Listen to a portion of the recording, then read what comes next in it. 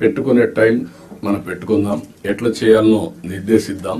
కానీ rule bounded కాకుండా human angle లో మీరు ఆలోచించండి. ప్రతి ఒక్క సమయాన్ని, ప్రతి ఒక్క ఇష్యూని రూల్ బౌండెడ్ గా మీరు ఆలోచించేంత వరకు సమస్య పరిష్కారం కాదు. కానీ హ్యూమన్ యాంగిల్ లో ఆలోచించినప్పుడు అదే రూల్ కింద ఆ సమస్యను పరిష్కారం చేసే పరిస్థితి మీకు వస్తుంది.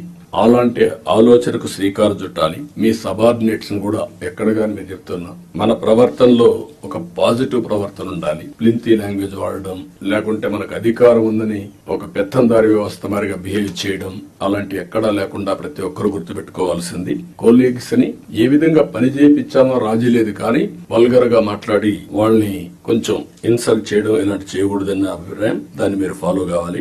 మీరు చేసే పని మాకు రిఫ్లెక్ట్ అవుతుంది. మళ్ళీ ఈ విషయం గుర్తుపెట్టుకోవాలి. మీరు ఒక వ్యక్తి అయితే మీకు అన్వయిస్తారు. వ్యవస్థలో ఒక భాగం అయినప్పుడు హెడ్ ఆఫ్ ది ఆర్గనైజేషన్ ఎవరైతే ఉంటారో వాళ్ళు కూడా వస్తుంది. ఈ విషయం మీరు గుర్తుపెట్టుకోవాలి.